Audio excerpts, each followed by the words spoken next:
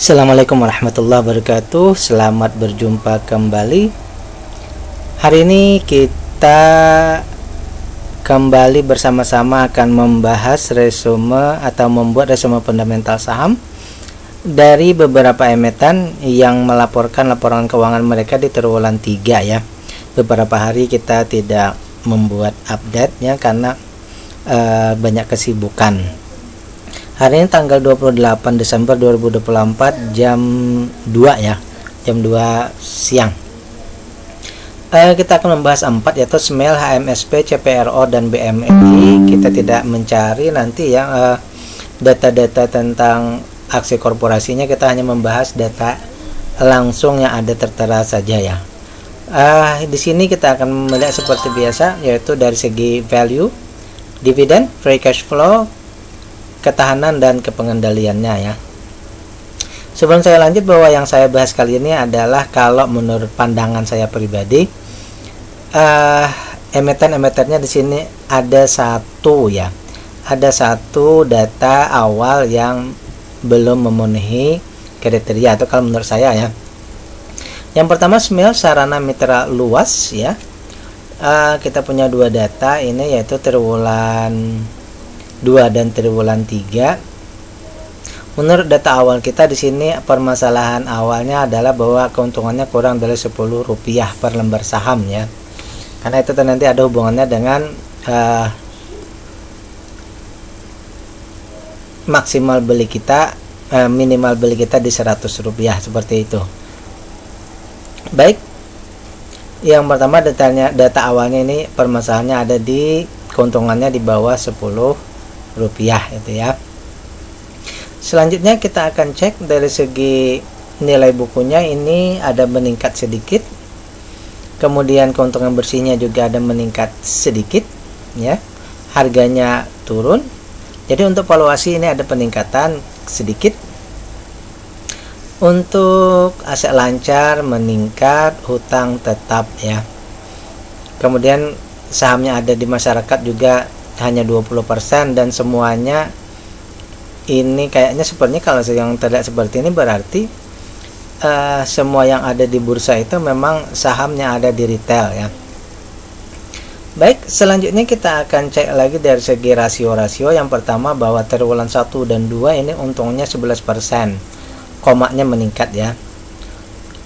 Jadi keuntungannya di sini karena 11% berarti dia sudah memenuhi kriteria kita bahwa dia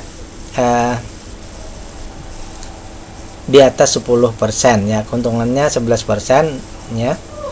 Kemudian untuk PBV kita di harga sekarang dibandingkan dengan nilai perusahaannya itu sudah 1,35 kali di atas ya. Artinya dia PBV nya ini sudah 2,3 ya, 2,3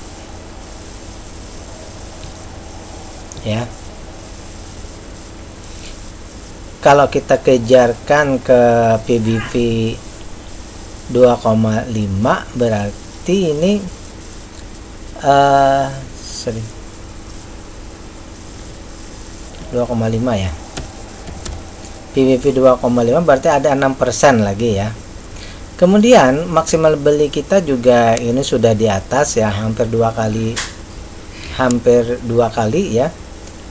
Pernya ya. Jadi kalau kita beli sekarang misalnya seperti ini ya, kalau kita beli sekarang bahwa kita harus menambah modal, untuk modalnya kita harus menambah 1 kali lipat dari nilai seharusnya ya, plus target kita hanya tinggal 6% ya. Kemudian untuk dividen, perusahaan sudah membagikan dividen, hanya nilainya memang kecil sehingga juga berpengaruh kepada dividen payout ratio-nya ya. Jadi untuk valuasi ini mahal dan tidak didukung oleh dividen. Sementara untuk free cash flow, untuk ketahanan ini 36% sangat oke ya. Aset lancaran juga oke, hutang tidak ada masalah. Jadi untuk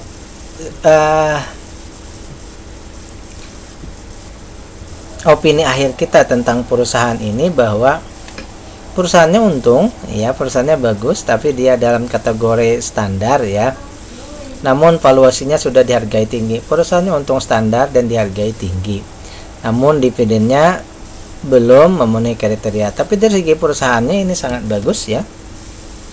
Jadi kita mengambil opini akhir kita mungkin begini ya,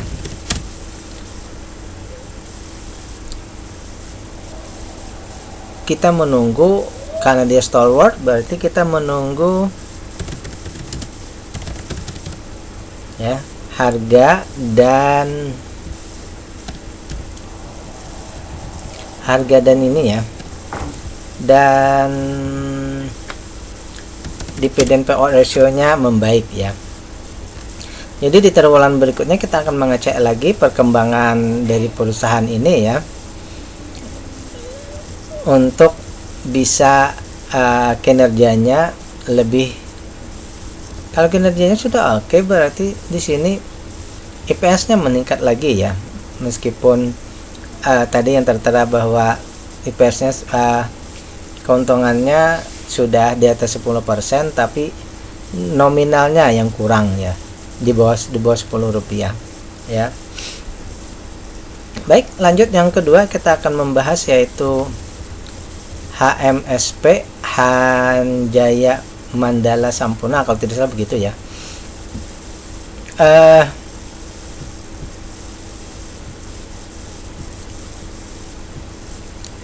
Dari data ini kita melihat, kalau menurut saya pribadi ya, di sini bahwa perusahaan ini kalau menurut saya punya satu permasalahan, yaitu jumlah retailnya yang pas-pasan ya. Jumlah retailnya yang pas-pasan dalam artian bahwa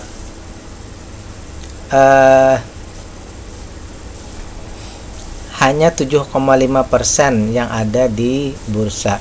Oke, ini case-nya belum saya cek ya. Ini mungkin terkait ya, jumlah retail yang hanya 7,5% ini ya, terkait dari bahwa perusahaan ini memang sudah secara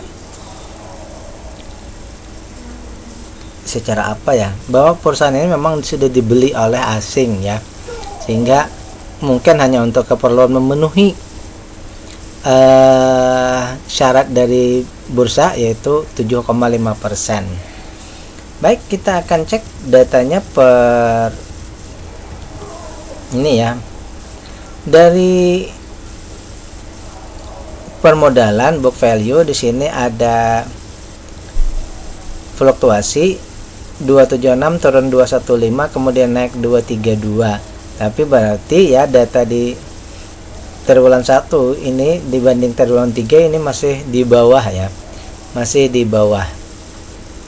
Kemudian untuk IPS-nya juga terjadi penurunan. Jadi simpulan awalnya begini ya, bahwa ada terjadi penurunan kinerja ya, penurunan kinerja dari HMSP terkait juga ya, karena memang sektor rokok ini memang sedang tertekan ya. Untuk harga ini ada penurunan juga ya. Jadi tadi untuk valuasinya ada penurunan, harga juga ada penurunan. Aset lancarnya fluktuatif, turun sedikit. Kemudian hutang ini ya, dari semula ini sampai sempat di atas ya, sempat di atas. Kemudian sekarang sudah turun lagi ya. Hutang kepada vendornya naik sampai 100%, kemudian turun. Kemudian non warkat tadi yang menjadi pembahasan kita, dan saham yang ada di bursa pun hanya yang ada non warkatnya, sementara saham dari pengendali ini tidak di tradingkan ya. Baik, sekarang kita cek dari segi keuntungan dari segi rasio-rasio. Triwulan 1 untungnya 25%, triwulan 2 30%, triwulan 3 26. Berarti perusahaan ini termasuk untung besar ya, fast grower. Jadi perusahaan ini termasuk yang untung besar. ya kita cekin saja ya, termasuk perusahaan yang untung besar. Selanjutnya dari segi book value, harga dibandingkan book value-nya, harga sekarang ini sudah 1,9 kali atau setara dengan PBV 2,9 ya. Berarti ya memang seperti itu, karena memang dia dianggap dihargai tinggi oleh investor ya, apalagi ini sektor konsumer ya. Untuk valuasi juga di atas ya. Jadi simpulan kita bahwa untuk perusahaan ini ya, kalau kita beli di saat ini tentu saja harganya kita harus menambah 13% dan maksimal beli kita ya, berarti ini sudah di atas ya. Tapi karena ini dia fast grower, nanti perlakuannya akan berbeda sedikit. Untuk pembagian dividen, perusahaan sudah membagikan dividen dan jumlahnya besar ya, 8,8 ya. Kemudian untuk ketahanan perusahaan ini tadi oke ya, hanya untuk hutang kepada vendor ini yang perlu kita cermati ya. Kenapa? Karena ini berada di titik mendekati 100 ya. Kemudian di sini tadi saya ya, kalau menurut saya pribadi seperti ini ya.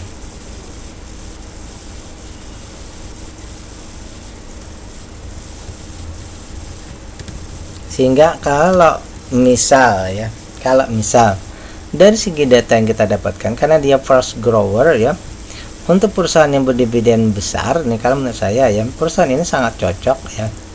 Kenapa? Karena dia masih memberikan dividen yang besar. Bagi kita yang mau misalnya ikut membeli saham di perusahaan ini ya, yang lebih berfokus kepada growth investing, ini dividennya sudah besar, memenuhi kriteria ya. Tinggal berarti kita ngecek dari segi IPS-nya. IPS-nya sedang turun, berarti kalau seperti ini kita tidak perlu membeli dulu. Tunggu nanti misalnya di triwulan berikutnya IPS-nya meningkat, baru boleh masuk ya. Seperti itu kalau pemahaman saya. Tapi bagi kita yang mengutamakan safety, berarti ada langkah lainnya yang kedua ya. Yang kedua ini tentu saja kita, karena valuasinya mahal, kita menunggu tidak di murah ya. Menunggu ya,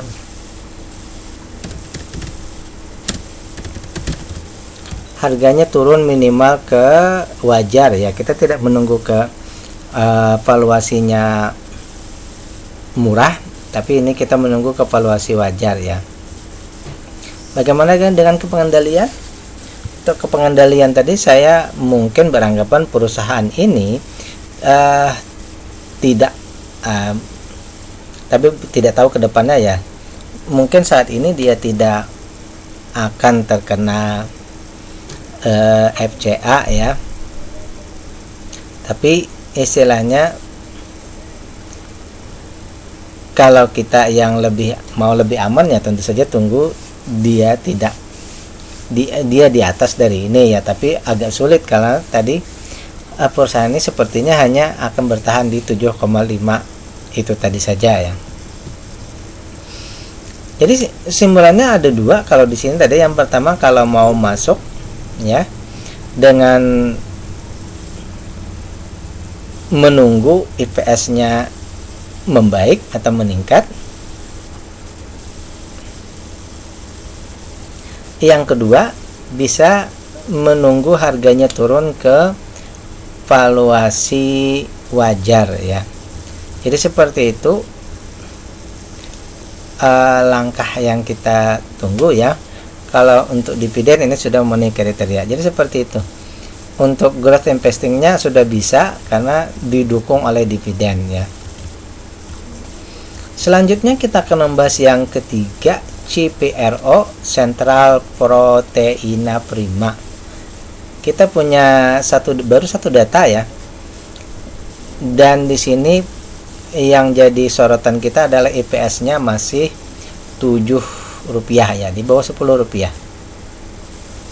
Baik, kita akan bahas yang pertama, keuntungannya ini 11%, 11,12 ya. Berarti sudah memenuhi kriteria, tapi masih dalam kategori berkembang standar saja ya. Untuk valuasinya sekarang di harga 50. Nah, ini di harga 50 ya. Sementara book value-nya ini 63. Berarti harga sekarang ini dihargai ya, perusahaannya dihargai lebih murah daripada perusahaannya. Satu, sebelum kita bahas yang lainnya ya. Kemudian juga maksimal beli kita di 71. Harga sekarang 50, kita punya diskon 29%. Jadi untuk valuasi perusahaan ini ya murah dan ada potensi untuk multi bagger ya, karena targetnya itu di 158, berarti ada potensi untuk multi bagger ya, potensi loh ya. Namun perusahaan di sini tidak membagikan atau belum membagikan dividen. Di sini yang jadi permasalahan kita. Selanjutnya dari segi ketahanan ini 5% pas-pasan ya, kita kasih gini aja ya. Untuk aset lancarnya oke, 100%. Hutang ya, itu sebenarnya sudah mendekati ya di 85%. Kemudian non warkatnya juga 30%-an, tidak masalah. Semua saham ada di bursa ya. Tercatat di sini bahwa asing 32%, lokal 67%. Berarti asing kalau ada ya berpengaruh mungkin sedikit ya. Baik, dari semua data yang kita dapatkan di sini secara umum dulu ya. Secara umum bahwa perusahaan ini bagus, perkembangannya juga bagus ya. Hanya bahwa perusahaan ini belum atau tidak membagikan dividen ya. Itu saja tadi. Yang pertama tadi IPS-nya masih di bawah 10. Yang kedua bahwa perusahaan belum membagikan dividen. Ya. Terakhir, perusahaan harganya ini di 50, artinya saham ini berada di area yang sangat riskan. Area yang sangat riskan kenapa? Karena termasuk dalam area bahwa harga di sini tidak bisa turun ke bawah lagi. Kalau beberapa waktu tidak bisa bergerak naik ke atas, dia akan masuk FCA, dan ini nanti rasio likuiditas lainnya yang bisa menjadi masalah. Oleh karena itu kalau menurut saya ya, di sini berarti kalau dari segi data ini ya banyak ya. Pertama IPS-nya harus meningkat tadi ya di atas 10. Yang kedua harganya ya harus di atas 50. Yang ketiga tentu saja ya dividennya ya.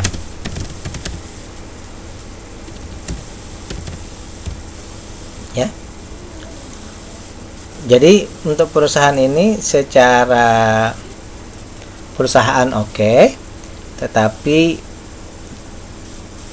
dari telaah lebih jauh kita tentu harus menunggu beberapa hal lainnya tadi. Pertama IPS-nya, yang kedua harganya, yang ketiga dividennya ya. Baik, itu pembahasan kita yang ketiga, dan terakhir kita akan membahas saham bank milik BUMN ya. Ini saham BUMN milik negara ya. BMRI, Bank Mandiri ya. Dari semua data ya, ini yang kita dapatkan bahwa kita punya satu saja yang sedang menjadi concern kita untuk perusahaan ini, yaitu free cash flow-nya ini sedang minus ya. Free cash flow-nya sedang minus 7% ya. banyak juga yang mengatakan bahwa free cash flow untuk bank dan finansial lainnya itu kalau minus tidak apa-apa katanya ya. Kayak bisa saja, tetapi saya sendiri membuat perhitungan bahwa perusahaan yang menurut saya bagus itu mesti apapun yang terjadi tetap juga memperhatikan free cash flow, meskipun itu dalam artian bahwa mereka sedang berinvestasi untuk menambah, sedang mengekspansikan atau sedang uangnya itu sedang disalurkan ke pihak-pihak yang memerlukan. Jadi satu saja datanya yang menurut kita menjadi concern, yaitu di free cash flow. Sekarang kita cek per bidang. Dari segi permodalan ini sebenarnya perusahaannya bagus, meningkat ya, book value-nya meningkat, kemudian keuntungan bersihnya meningkat. Jadi secara valuasi perusahaan ini bagus ya. Kemudian dari segi harga ini malah turun. Jadi ini istilahnya perusahaannya membaik ya, tapi harganya yang turun. Ini yang ya bagusnya ya. Coba kita cek dulu ya. Tapi kalau dilihat dari segi teknikal tentu saja ini sangat mengkhawatirkan ya. Tapi bagi investor dengan valuasi yang meningkat, harga yang turun, ini kalau menurut investor ini sebuah berkah sebenarnya ya. Baik, lanjut untuk utang yang terbeban ini ada 4%, tiap kuartal ini naik 1% ya. Kemudian dana pihak ketiga ini menurun ya, menurun juga. Jadi secara umum bahwa ada sedikit perbedaan juga ya, bahwa valuasinya meningkat tapi ketahanan perusahaannya sedikit menurun ya. Jadi sekali lagi valuasinya meningkat tapi ketahanan perusahaan ada penurunan. Selanjutnya dari segi rasio keuntungannya ini 22,1, 22,17, sekarang 21. Jadi sebenarnya keuntungan bersihnya ini ada penurunan ya. Per triwulan itu ada penurunan keuntungan bersih, tetapi masih dalam kriteria fast grower. Artinya apa? Bahwa perusahaan ini untungnya memang di atas 15%. Perusahaannya sangat untung besar masih ya. Selanjutnya dari segi maksimal beli ya, dari segi harga dibandingkan nilai bukunya ini 0,99 lebih mahal, artinya PBV-nya ini hampir PBV 2 ya. PBV-nya hampir 2 ya. Kemudian valuasinya ya ini berada di, malah dia dapat diskon ya. Kalau diskonnya 7% ya. Jadi kalau kita beli sekarang ya, ini kalau kita beli sekarang ini kita dapat diskon 7%, dan untuk pembelian kita memang dia sudah di atas tapi tidak terlalu masalah lagi ya, karena dia berada di valuasi yang wajar. Untuk dividen ya, perusahaan sudah membagikan dividen 60% dan itu setara dengan 6,43%. Berarti untuk dividen ini ya memenuhi kriteria kita ya. Selanjutnya tadi hanya satu yang jadi permasalahan kita, bahwa free cash flow-nya ini minus ya. Untuk lain-lainnya tidak ada masalah ya. Apalagi pengendali tidak trading. Kenapa? Karena memang pengendalinya adalah pemerintah ya. Jadi simbolan kita apa untuk perusahaan ini ya? Jadi satu, bahwa bagi yang hanya melihat untuk mengejar capital gain dan berpatokan bahwa free cash flow yang minus hanya tidak masalah, maka saat ini adalah harga sekarang ini perusahaan yang fast grower pada saat harga turun menuju di valuasinya yang wajar, ini akan harganya jadi turun ya. Maka ini sebuah berkah ya. Jarang ada sebuah emiten yang valuasinya itu turun ke harga wajar, yang fast grower ya, turun ke wajar itu saat yang sangat tepat untuk bisa masuk ya. Kemudian di sini juga EPS-nya meningkat, ini juga berarti bagus untuk masuk ya. Kemudian untuk dividen ini juga memenuhi kriteria ya, karena apa, dividennya besar ya. Itu kalau menurut saya bagi kita yang tidak atau memberikan ruang bahwa boleh saja free cash flow-nya minus. Tapi bagi kita yang menganggap bahwa free cash flow itu penting, berarti tentu saja kita harus menunggu lagi di triwulan berikutnya ini free cash flow-nya harus jangan minus ya. Oleh karena itu kalau menurut saya